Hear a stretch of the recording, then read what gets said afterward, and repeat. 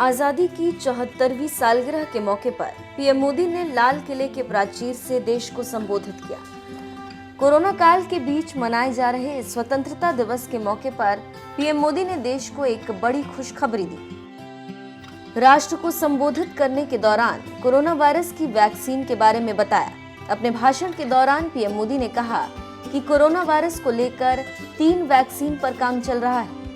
PM Modi ने कहा, आज भारत में कोरोना की 1 नहीं, 2 नहीं, 3 वैक्सीन इस समय टेस्टिंग के चरण में। जैसे ही वैज्ञानिकों से हरी झंडी मिलेगी, देश में उन वैक्सीन की बड़े पैमाने पर प्रोडक्शन की भी तैयारी। मेरे प्यारे देशवासियों, जब भी अब कोरोना की बात आती है तो एक बात स्वाभाविक है, हर किसी के मन में सवाल है, कोरोना की वैक्सीन कब तैयार होगी? ये सवाल हर एक के मन में है, पूरी दुनिया में है। मैं आज देशवासियों को कहना चाहूँगा, देश के हमारे वैज्ञानिकों की प्रतिभा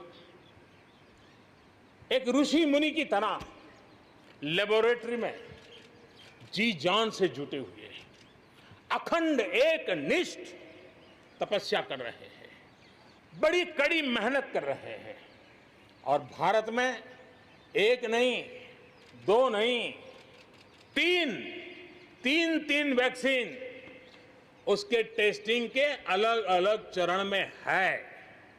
वैज्ञानिकों से जब हरी झंडी मिल जाएगी, बड़े पैमाने पर प्रोडक्शन होगा और उसकी तैयारियां भी पूरी तरह रेडी हैं और तेजी से प्रोडक्शन के साथ वैक्सीन हर भारतीय तक कम से कम समय में कैसे पहुंचे, उसका खाका भी तैयार है, उसका रूपरेखा भी तैयार है।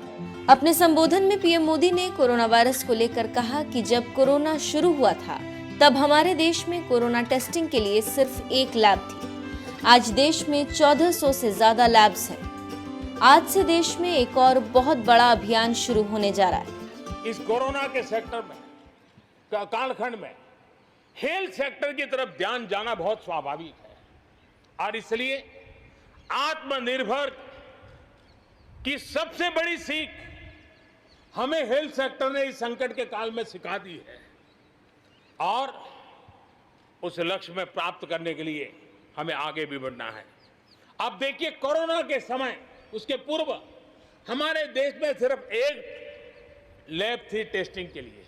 आज 1400 लैब्स का नेटवर्क है, हिंदुस्तान के हर कोने में फैला हुआ है। जब कोरोना का संकट आया तो एक दिन में सिर्फ 300 टेस्ट हो पाते थे।